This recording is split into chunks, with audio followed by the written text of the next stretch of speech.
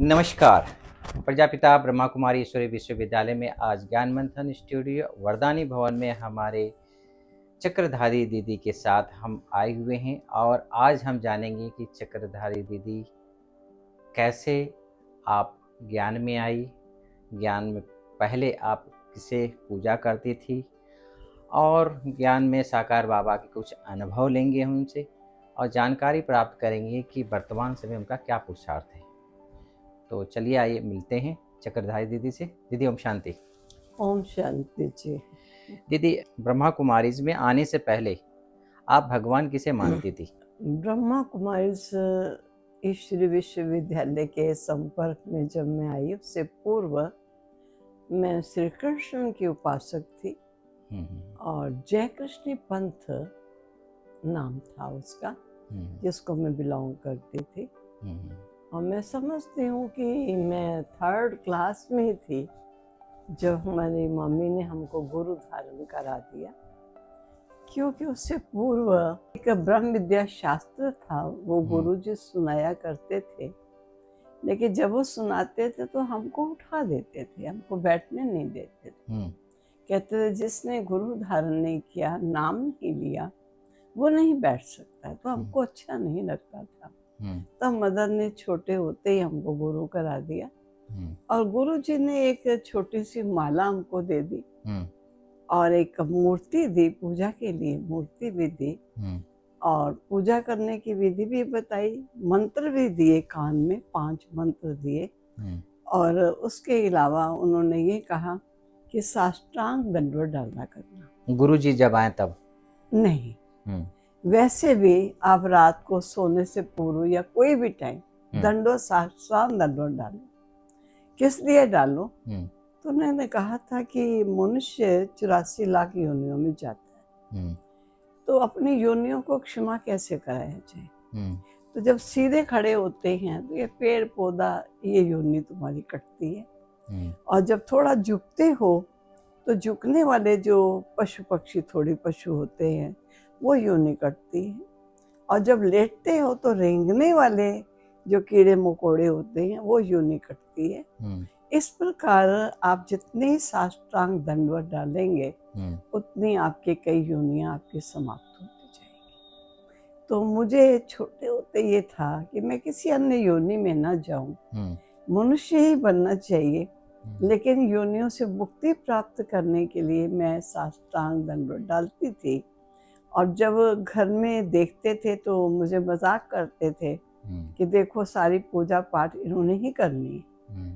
तो मैं जब सो जाते थे, सब देखती थी अब सो गए हैं, तो मैं उठ के 100 साष्टांग दंडवत डालती थी। अच्छा, 8 साल की उम्र में सिर्फ? हाँ, छोटी साल में। 8 साल नहीं, मैं 3rd क्लास में पढ़ती थी, तो मैं समझती हूँ 11-12 साल की मैं होंगी। अच्छा, शायद 12 साल की। और साष्टांग दंडवत डाल के और यही होता था, बस प्रभु तू बस मुझे मिल जा, मुझे और कुछ नहीं चाहिए, आप हमको मिल जाओ और ये योनियां मेरी समाप्त हो जाए। घुटने छिल जाते थे लेकिन मुझे कोई परवाह नहीं थी। मैं इस प्रकार पूजा पाठ करना और 2 टाइम पूजा करना और भगवान को बिना भोग लगाए मैं भोजन नहीं करती थी।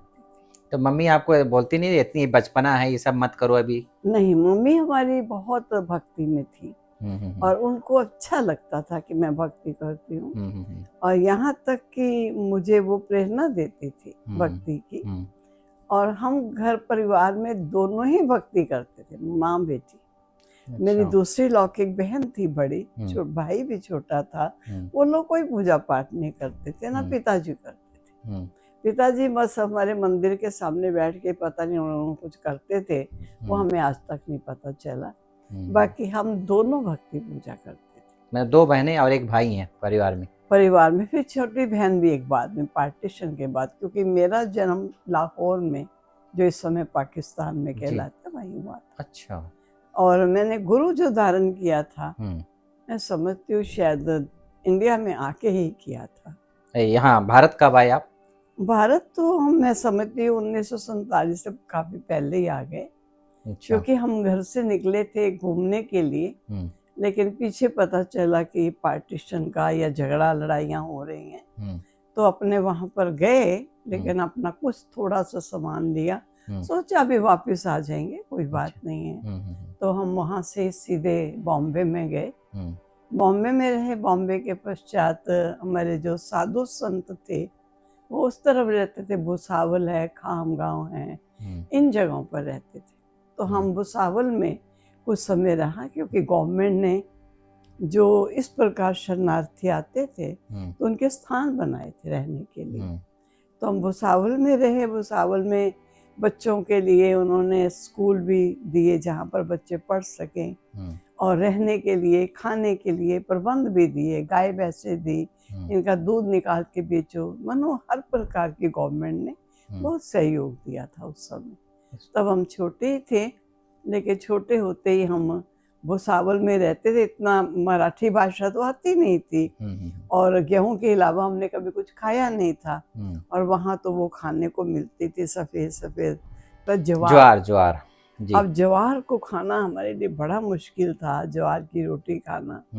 और ये बहुत खाते हुए जैसे कि रोते थे कि हमको गेहूं का चाहिए, लेकिन वहाँ तो ज्वार ही ज्वार मिलती। फिर भी जैसा, क्योंकि हम लोग सब सामान तो इतना लेकर ही नहीं आए पाकिस्तान से, ये सोचा बस थोड़ा समय का ये कुछ झगड़ा है, हम वापस चले जाएंगे। लड़ाई के बाद फिर गए नहीं आप?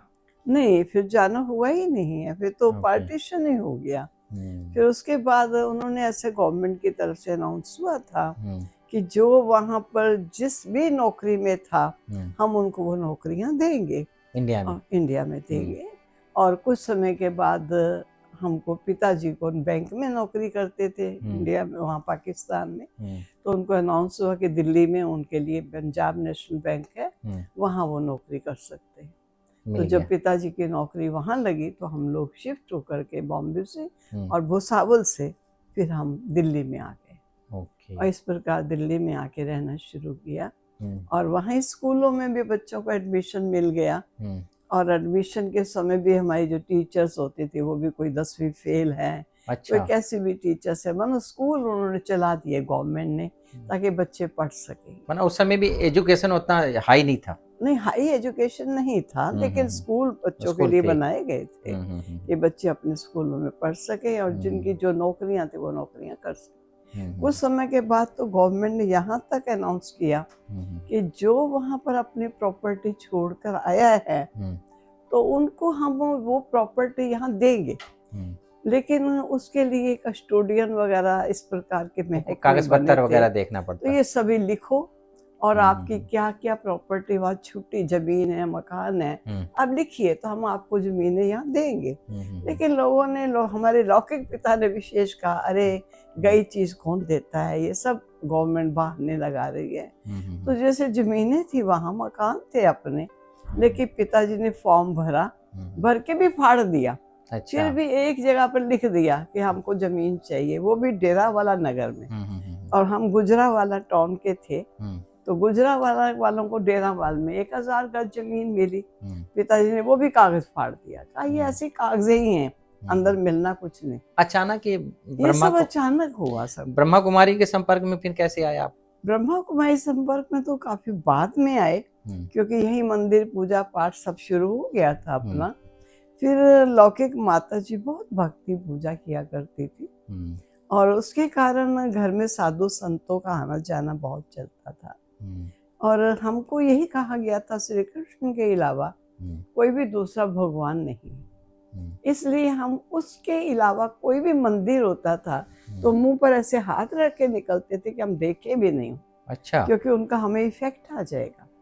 तो हम इस प्रकार श्री कृष्ण की भक्ति पूजा पाठ उन्हीं को करना, यहाँ तक कि जब वो श्री कृष्ण की पूजा वाले, जो श्री कृष्ण जय कृष्ण पंथ के लोग थे, 4 मास के लिए वो जंगलों में जाते थे। जब बारिश तो दिन होते थे तो कहते थे चौमासे में वो जंगलों में जाते थे तपस्या, साधु संत सारे। अच्छा। वहीं रहेंगे, शहरों में नहीं रहना है, किसी का शकल नहीं देखना, किसी की नहीं, बस शहरों में नहीं रहना, जंगल में जाना। तो जंगल में झोपड़ियां बना लेते थे। और मैं अपनी मदर के साथ, छोटी थी लेकिन मुझे यही था कि मुझे बस भगवान मिलना चाहिए, मुझे पूजा पाठ का बहुत शौक था। मैं अपनी मम्मी के साथ जंगल में भी गई, अच्छा। जहाँ यही कहते थे शेर आता है, वो जो जंगली सुअर आता है, और दरवाजे लगाते थे, चौपड़ी में ही रहते थे, और झोपड़ी के बाहर दरवाजा भी वो काठ का बना हुआ, तिनकों का बना हुआ दरवाजा रखते थे ताकि कोई ऐसा हिंसक पशु ना अंदर आ जाए। लेकिन फिर भी वहाँ बहुत आनंद आता था, बहुत अच्छा लगता। अच्छा, जंगल में कितने साल रहे आप? साल कितना नहीं रहना, अच्छा, जाके आ जाते थे? वहाँ तो 8-10 दिन 15 दिन खाली अच्छा। रहे और जाकर वापस आए। वो भी क्यों, मैं समझती थी मैं भी बड़ी हो जाऊंगी, मैं भी पूजा पाठ करूंगी, जंगल में आऊंगी, महात्मा बनूंगी, पूजा करूंगी, बस मैं भी देख के आऊँ कहाँ महात्मा लोग रहते हैं, मैं भी तो वहीं आना है। इस प्रकार मन में बहुत प्रभु के प्रति आस्था बहुत है, विश्वास था। आपकी इस आस्था को देख के आपके भाई जो हैं, जो थे, वो ज्ञान में नहीं, माना वो इसमें आस्था में नहीं थे?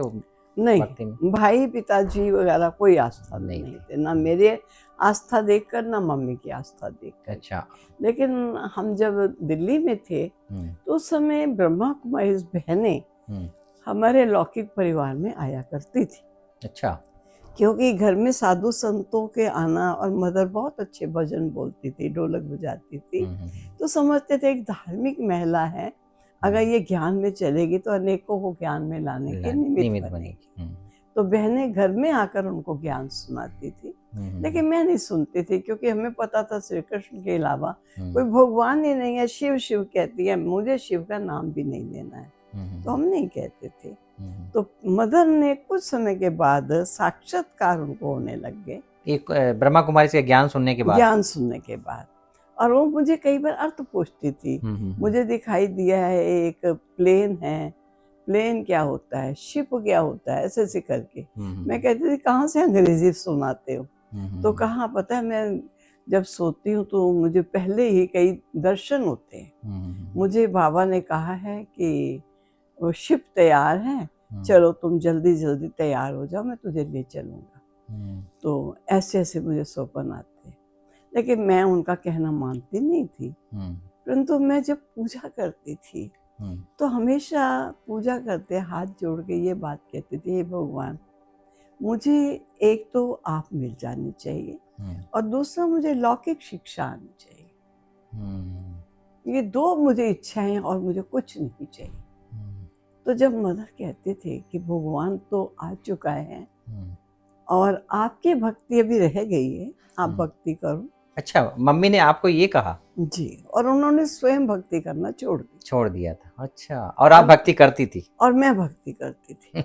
लेकिन भक्ति करती थी तो हमारे ठाकुर, जैसे मैं उनको नहलाती थी, हर शुक्रवार को नहलाना, उनको तेल लगाना, बहुत कुछ करती थी, लेकिन उन पर काई आ जाती थी। अच्छा। तो मुझे लगता था ये देवता, ये हमारे इष्ट नाराज हो रहे हैं।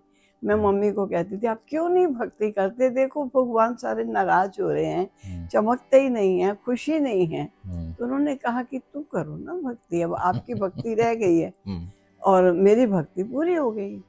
तो जब ये शब्द मैं उनका सुनती थी, एक बार मेरे मन में आया कि मैं रोज कहती हूँ भगवान तू मुझे मिल जा, और मम्मी रोज कहती है भगवान तो आ चुके हैं और तुम्हारी भक्ति रह गई है, तुम भक्ति करो, मैं तो भगवान का ज्ञान सुनती हूँ।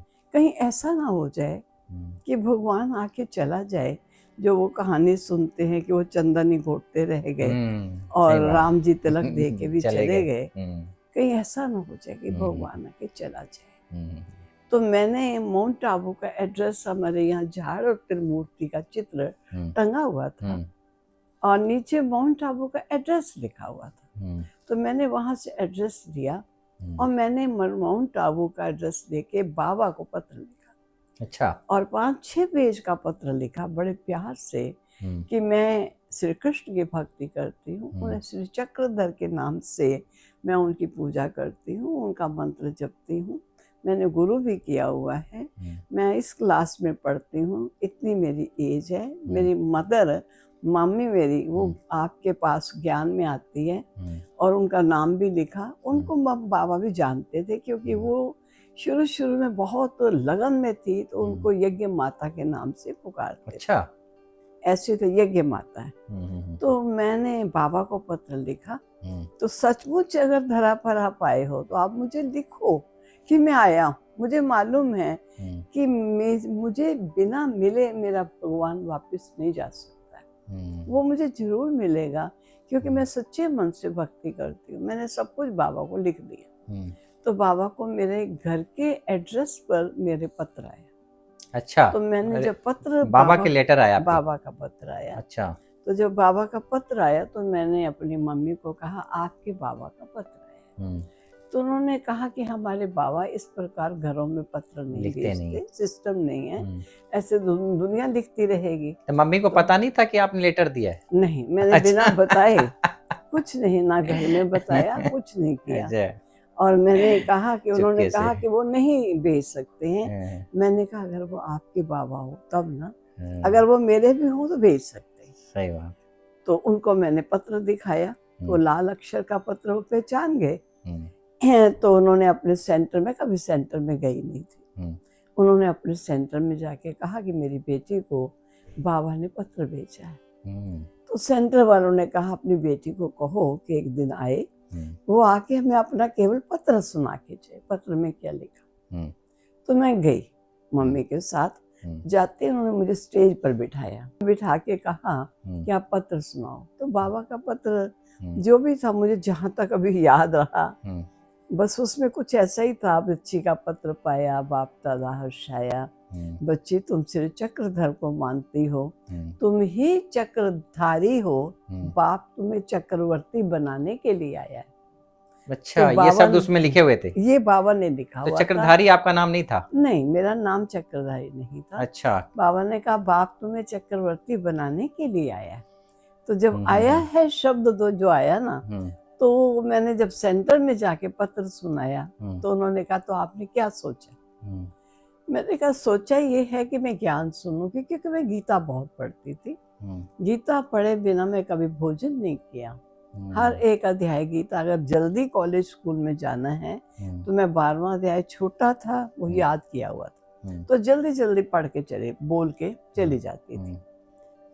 तो बाबा का जब पत्र आया तो पत्र को मैंने यज्ञ में सुनाया सेंटर पर। तो उन्होंने कहा क्या डिसाइड किया है? मैंने कहा डिसाइड ये किया ज्ञान सुनूंगी, अच्छा लगा तो मानूंगी, नहीं लगा तो नहीं मानूंगी। तो उन्होंने कहा ठीक है, तो आप क्या करो कि यहाँ पर हमारा एक सेंटर है, उस सेंटर वालों ने रेफर किया कमला नगर। उस समय फर्स्ट ब्रांच माउंट आबू के बाद वही खुली थी, जहाँ गुलजार दादी भी रहते थे, जगदीश प्राता जी भी रहते थे। तो मुझे उस सेंटर पर भेजा। सुदेश जो जर्मनी में है, सुदेश बहन भी वहाँ रहती थी। अच्छा। और एक भंडारे में कोई माता होगी, ये मुझे नहीं मालूम। तो मुझे कहा कि आप वहाँ जाओ। तो मैं जब गई तो सुदेश बहन ने हमको थोड़ा कोर्स शुरू किया कराना, लेकिन कोर्स कुछ नहीं, हंसती खेलती थी, गीता के विषय में सुना रही थी कि गीता युद्ध के मैदान में नहीं सुनाई गई। वास्तव में परमात्मा कहता है युद्ध तो आपका विकारों से है और उन पर विजय प्राप्त करनी है। तो मुझे जो बातें सुनाती थी वो अच्छी लगती थी। और भगवान घोड़े गाड़ी के रथ में थोड़े आएगा, भगवान तो शरीर रूपी रथ में आया, वो तो घोड़े गाड़ी का रथ उन्होंने दिखा दिया। अब हम भी तो रथ में आए हैं, ये रथ थोड़ी है, ये शरीर है, इसको रथ कहते हैं। ऐसे से जब बातें बताई तो मुझे अच्छी लगती थी। मैं समझती हूँ 2 ही दिन मैं भी गई होंगी या 3 दिन गई होंगी।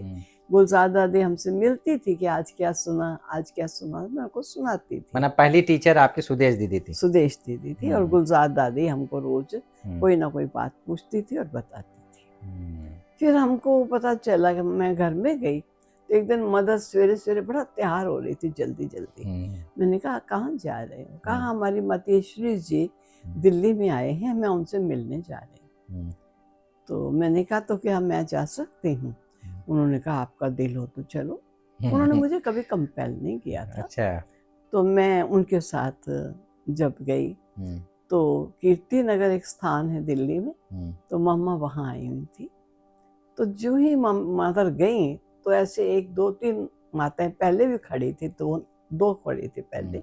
मदर भी सीधी मम्मा के कमरे में चली गई, क्योंकि जरा मुखिया थी, यज्ञ माता के नाम से उनको। तो मैं भी उनके साथ साथ चली गई। तो मामा ने ऐसे ही मिल रही थी, खड़ी थी क्लास में जाने के लिए, तो एक बहन ने गले लग के मिली और फिर दूसरी बहन गले लग के मिली, मदर भी गले लग के मिली। मैंने सोचा यहाँ का सिस्टम यही होगा। तो मैं भी आगे बढ़ी कि मैं भी गले लगती हूँ। तो उन्होंने, मामा ने मुझे दोनों एक अंदर से पकड़ के कहा, अच्छा आज हमारी चक्रधारी भी आई है। अच्छा। अब मामा ने ऐसे कहा क्योंकि मैंने जो पत्र लिखा था तो बाबा ने ये पत्र शाम की क्लास में सुनाया था। अच्छा। और मामा ने मेरा ये पत्र सुना था कि मैं चक्रधर की उपासक हूँ और वही मेरा इष्ट है। तो बाबा ने सबको सुनाया था पत्र। अच्छा। तो मम्मा ने सुना था, तो मुझे मम्मा लौकिक मदर का मैंने एग्जाम्पल दिया था, पत्र में लिखा था मैं उनकी बेटी हूँ। तो मम्मा ने उनके साथ मुझे देखकर समझ गई। तो मम्मा ने हमें कहा, अच्छा आज हमारी चक्रधारी भी आई है। तो प्यार से मिली मम्मा, लेकिन क्लास का टाइम हो रहा था, क्लास में गई। जब मैं बाहर निकली और क्लास से बाहर निकली तो सभी मुझे कहें, उन लौकिक मम्मी का नाम राजरानी था, आज तो राजरानी की बच्ची चक्रधारी भी आई है, आज राजरानी की बच्ची चक्रधारी भी आई है। तो चक्रधारी चक्रधारी सब कहने लगे। तो मेरा तब से बाबा ने मुझे लिखा, तुम ही चक्रधारी हो, मैं तुम्हें चक्रवर्ती बनाने आया हूँ। और मम्मा ने कहा, अच्छा आज हमारी चक्रधारी भी आई है। तो जो साथ खड़ी थी बहनें, उन्होंने सोचा इसका नाम चक्रधारी होगा। क्योंकि मम्मा को भी पता नहीं है कि मेरी बेटी का नाम चक्रधारी है। और आपको भी पता नहीं है? नहीं, किसी को नहीं पता था। तो मम्मा ने ऐसे फिर चक्रधारी कहा, तो मैं बाहर निकली, सब चक्रधारी जब कहने लगे तो वो तब से लेके मैं समझती हूँ 62-65 वर्ष तो हो चुके होंगे, मुझे सब चक्रधारी ही कहते रहे अभी तक। दूसरा नाम मेरा किसी ने ना पूछा ना कभी लिया। और अभी आधार कार्ड में चक्रधारी ही है? चक्रधारी, मेरा पासपोर्ट में नाम, मेरा आधार कार्ड में, सब जगह चक्रधारी ही बाबा के दिया हुआ, दूसरा नाम मेरा नहीं है।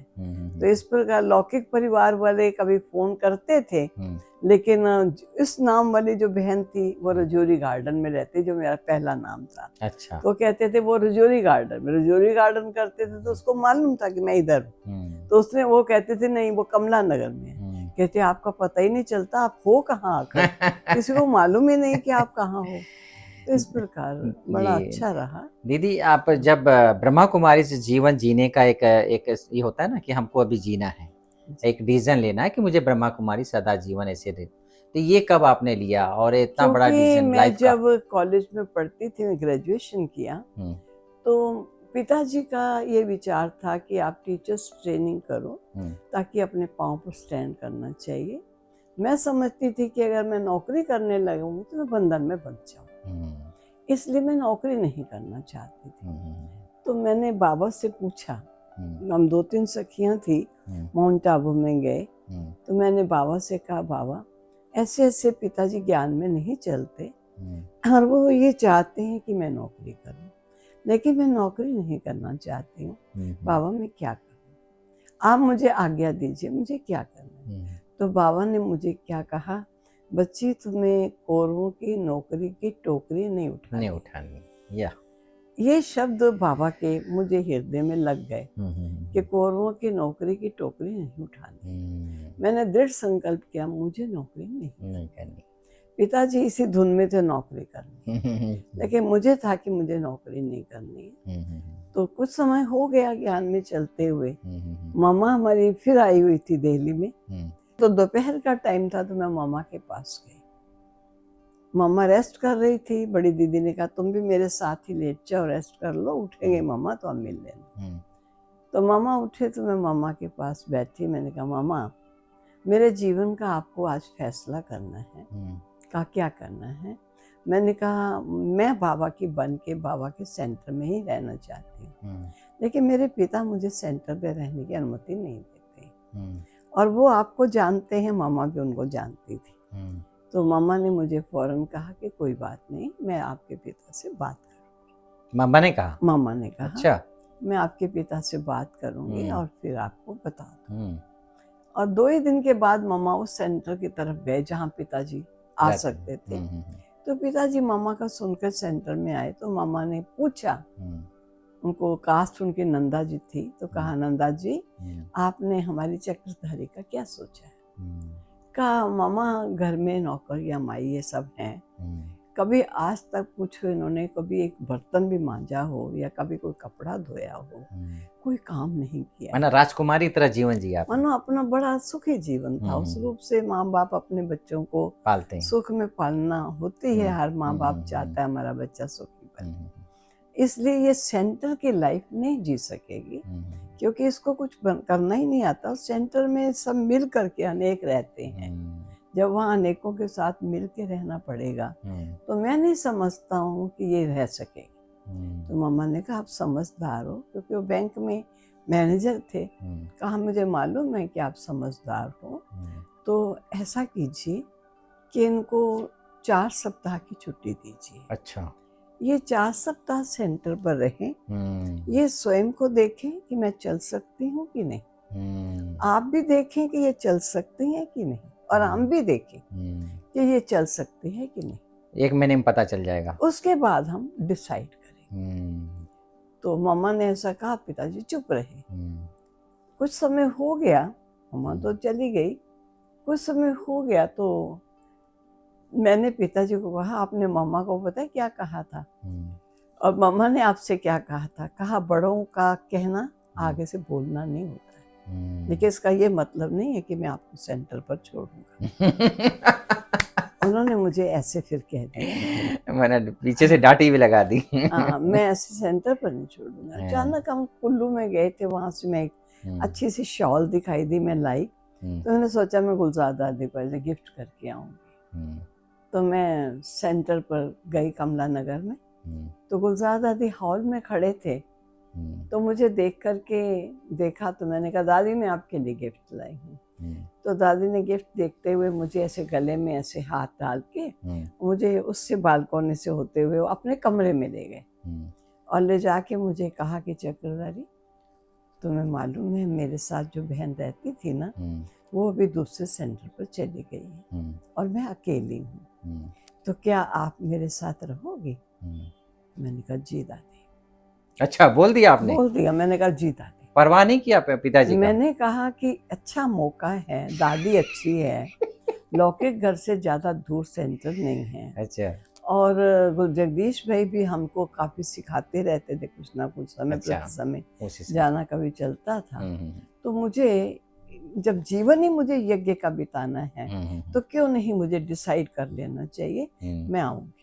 ये मनोबल आ गया, ताकत आ गई। ताकत आई। दूसरे ही दिन मैंने अपने कपड़े वगैरह थोड़े वाइट एक लिया, थोड़ा बैग, और उसमें तैयार किए और मैं दोपहर के टाइम चल दी। बिना पापा को पता है? पापा को पता है, मम्मी मेरे साथ थी। अच्छा। तो मैं पापा को बताए बिना मैं चली गई। तो दादी को दोपहर का टाइम था, दादी सो रहे थे। उस समय सेंटर बड़ा सिंपल जीवन में था। दादी खटिया पर सो रही थी। खटिया भी वो जो माउंट आबू से हैदराबाद से आई हुई थी खटिया, वही माउंट आबू से दिल्ली आई थी। अच्छा। क्योंकि पहला सेंटर खुला हुआ था। 2 कुर्सियां थी और एक छोटा टेबल था, बस यही फर्नीचर था। तो मैं गई तो दरवाजा खोला, दादी ने मुझे देखा, दादी रेस्ट कर रहे थे। कहा कि आप मेरी खटिया के नीचे एक चटाई है, आप निकालो और यहीं बिछा लो और आप भी सो जाओ, उठो रेस्ट करो, फिर हम मिलेंगे। तो मैंने चटाई निकाल ली और मैं सो गई। तो दादी ने मुझे फौरन कहा कि चक्रधरी वैसे तो मैं आपको खटिया ऑफर कर सकती हूँ, क्योंकि हमको तो आदत है जमीन पर सोने की, यज्ञ में हम सोते थे, तो आपको शायद आदत नहीं होगी नीचे सोने की। लेकिन क्या है कि यहाँ पर जो भी कपड़े धोते हैं, माता है या भाई साहब है या मैं हूँ, तो हम लोग कपड़े धुलने के बाद पानी का छींटा लगा करके उनको अच्छी तरह रैप करके इस खटिया पर सब अपने कपड़े बिछा देते हैं और उसके ऊपर चादर बिछा देते हैं और मैं उस पर सोती हूँ, तो ये सारे कपड़े प्रेस हो जाते हैं।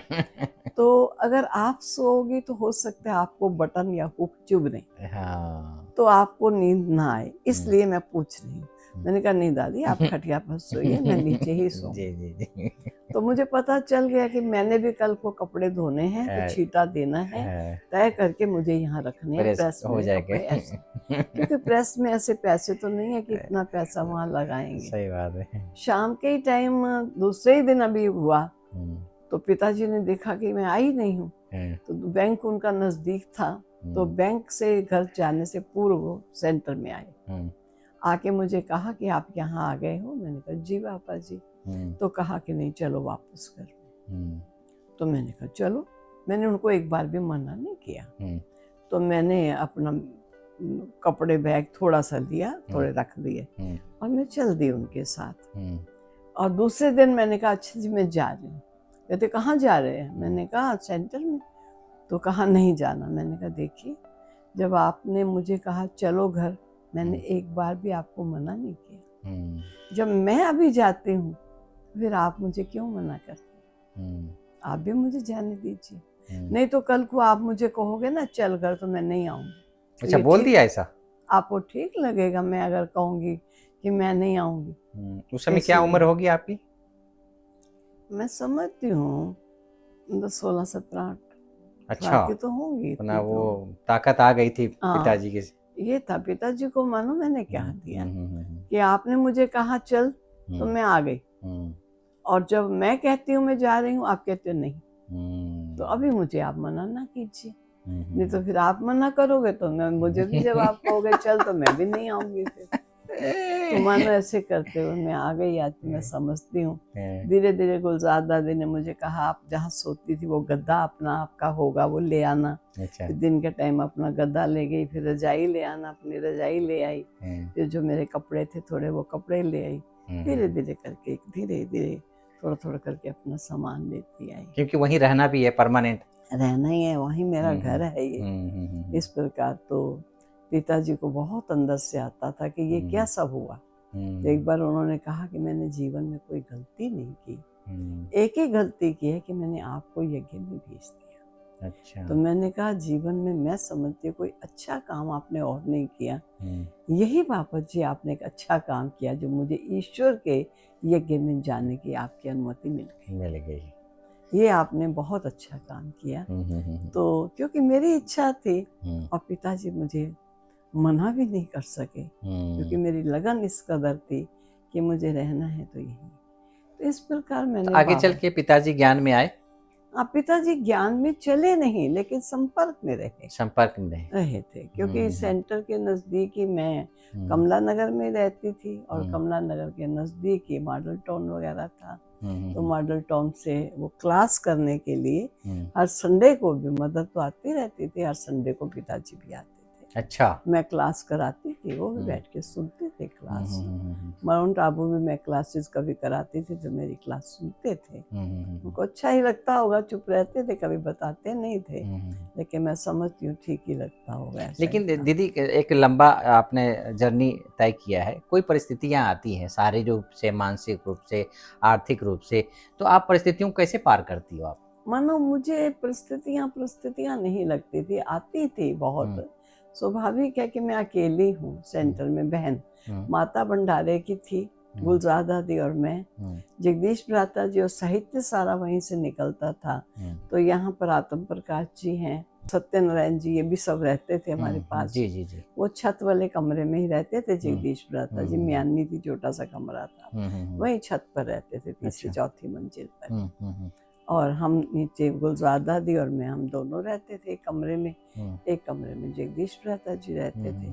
हॉल था जहाँ क्लास हमारी होती थी। उसमें कई बार तबीयत भी खराब हुई, लेकिन मेरे साथ कोई चले तो ये तो नहीं हो सकता है, तो मैं स्वयं ही चली जाती थी हॉस्पिटल में इलाज के लिए भी।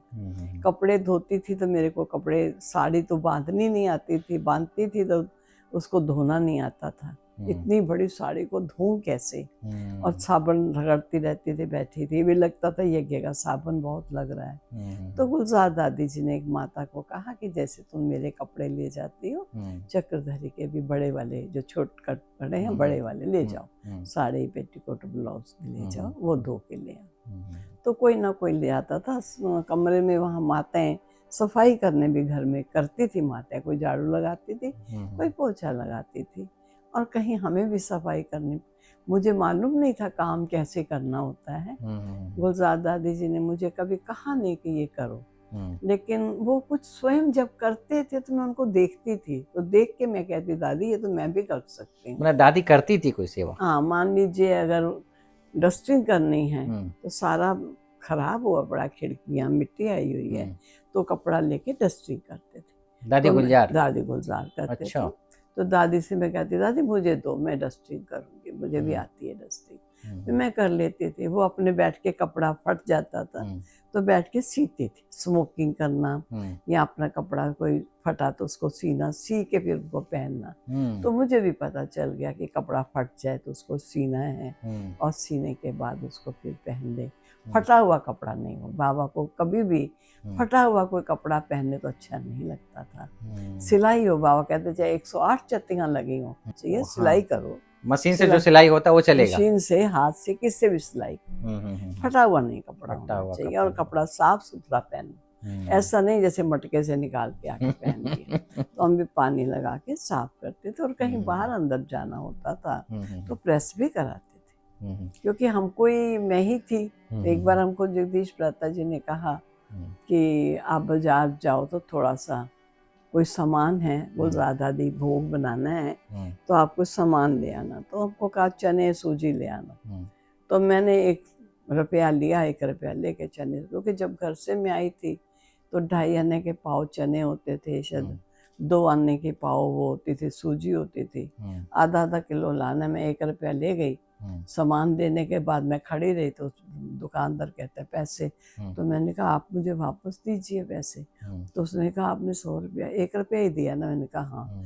तो मैंने कहा तो बाकी पैसे? उसने कहा बाकी नहीं, आप हमें दीजिए और पैसे। अब मुझे मालूम ही नहीं, इतनी महंगाई आ चुकी है। अब वो 100 रुपये में सूजी भी आ जाएगी तो वो चने भी आ जाएंगे। मैंने सोचा इतने पैसे दे दिए। तो इस प्रकार होता था, लेकिन धीरे धीरे सीखते चले गए सब कुछ। दीदी, ज्ञान मार्ग में अशरीरी एक शब्द आता है, वो इसका भावार्थ, इसकी परिभाषा क्या है? अशरीरी का मतलब होता है कि देह में रहते हुए भी देह से मैं तो अलग हूँ ना, मैं आत्मा हूँ। तो देह मेरी है तो मुझे इसका ध्यान रखना है। लेकिन जैसे कर्म इंद्रियां हैं मेरी, इनको मुझे अपने आज्ञा के अनुकूल चलाना है। ऐसा ना हो जो आया बोल दिया, जैसा जहाँ आया देख लिया, जो आया कर लिया। नहीं, इन चीजों से न्यारे। तो ये हमको शुरू से गुलजार दादी जी, जगदीश प्रता जी का समय प्रति समय क्लासेस कराते थे। तो मैं समझती जाती थी कि देह में रहते हुए मैं देह नहीं हूँ, लेकिन देह की मालिक। तो मैं स्वामी बन करके कर्म इंद्रियों से कर्म कराने वाली हूँ, मैं कर्म इंद्रियां नहीं हूँ।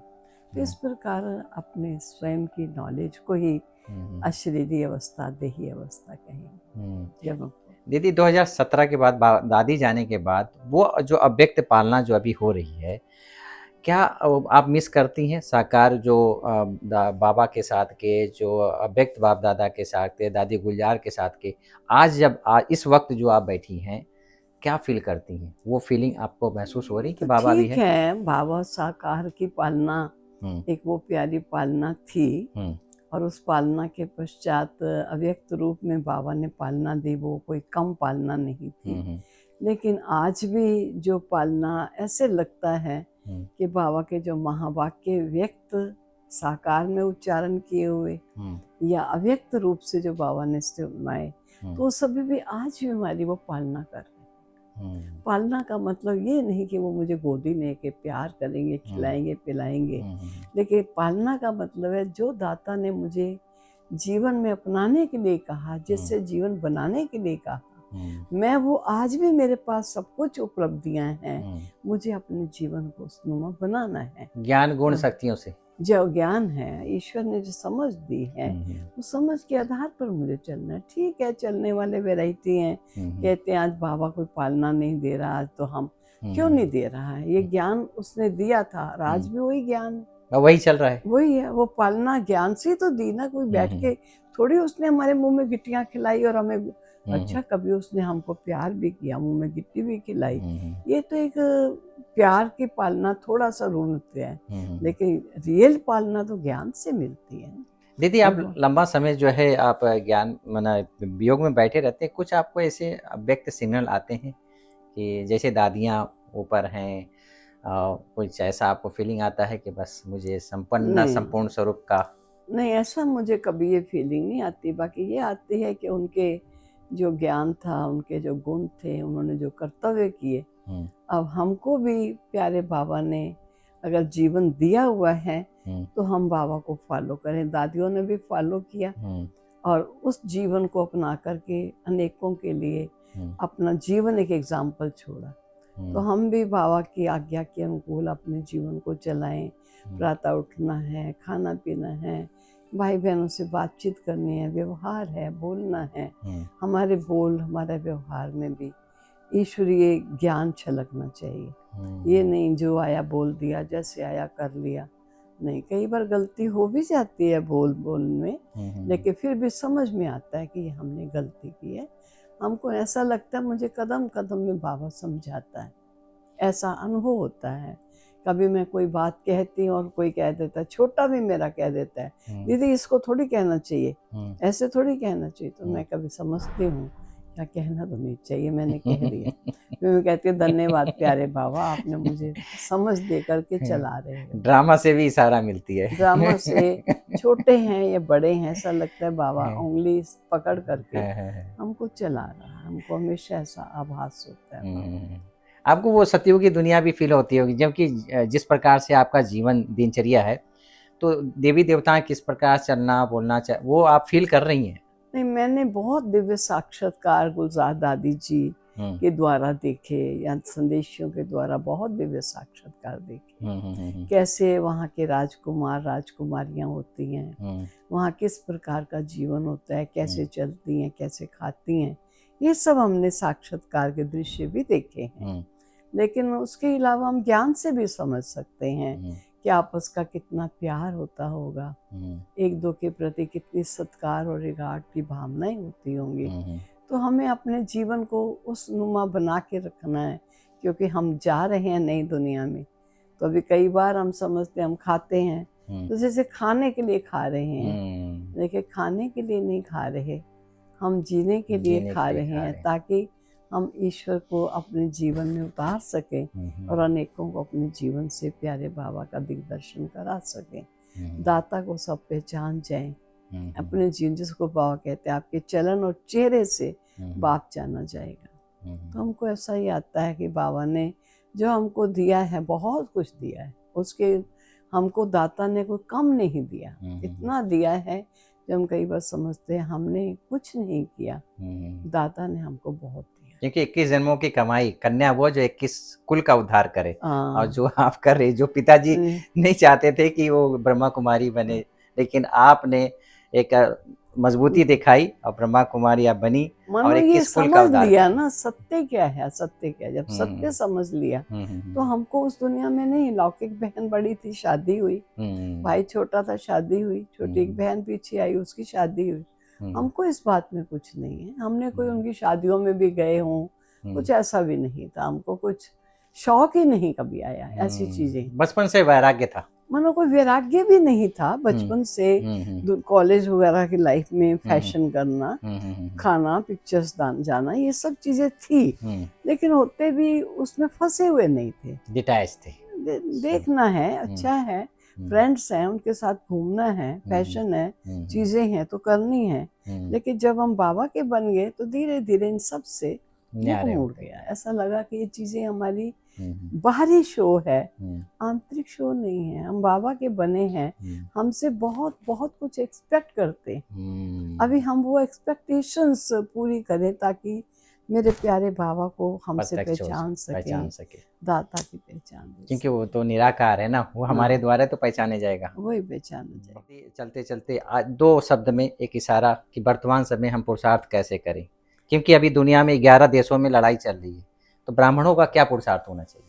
मुझे आता है ब्राह्मणों के पुरुषार्थ को सोचने की जरूरत नहीं। बाबा के महावाक्य समय प्रति समय हमको डायरेक्शन देते हैं कि बच्चे जितना हो सकता है याद की यात्रा में रहो, क्योंकि हमें मालूम है हमारे किए हुए कुछ विकर्म हैं जो हमें दुख और दंड देते हैं। अगर वो विकर्म विनाश होते चले जाएंगे तो हम दुख और दंड से डरेंगे नहीं। हम समझ सकते हैं कि हमें क्यों दुख होगा, लेकिन अभी हम इतना योग लगाएं, याद की यात्रा हमारी हो, खाते पीते हम एक बाबा को याद करें, जिससे हम इन विकर्मी खातों से मुक्त होकर के प्यारे बाबा की आज्ञा के अनुकूल जीवन चलाएं। तो फिर ठीक है, हमें मालूम है विनाश होगा, महाभारी विनाश होगा, सब कुछ से चीजें हैं, लेकिन कष्ट तब होता है जब हमारे विकर्म होते हैं। विनाश। तो हम विकर्मों से बस मुक्ति पालें, इस चीज का मुझे बहुत ख्याल रहता है। मनसा वाचा कर्मणा में कुछ ऐसा ना हो, वो ना हो, कोई दुख ना हो ऐसा। बहुत खूब दीदी, आपने अपना बहुमूल्य समय दिया और आज अब आपके वचनों से काफ़ी लोगों को फायदा होगा और काफ़ी लोगों के जीवन में भी परिवर्तन आएगा। बहुत बहुत धन्यवाद दीदी, बहुत बहुत धन्यवाद। अच्छा दोस्तों, जीवन में एक आध्यात्मिक जीवन जीना क्या होता है, आज इस एपिसोड में आप देखेंगे कि कैसे हमारी चक्रधारी दीदी जीवन के 67 साल पर ब्रह्मा कुमारी जीवन में व्यतीत किया और खुद को सिंपल लिविंग हाई थिंकिंग के रूप में एक एग्जाम्पल बनकर चल रही हैं। ऐसे बाबा के अनन्य बच्चे फिर एक नए समय पर नए व्यक्तित्व के साथ फिर मिलते हैं, तब तक के लिए नमस्कार।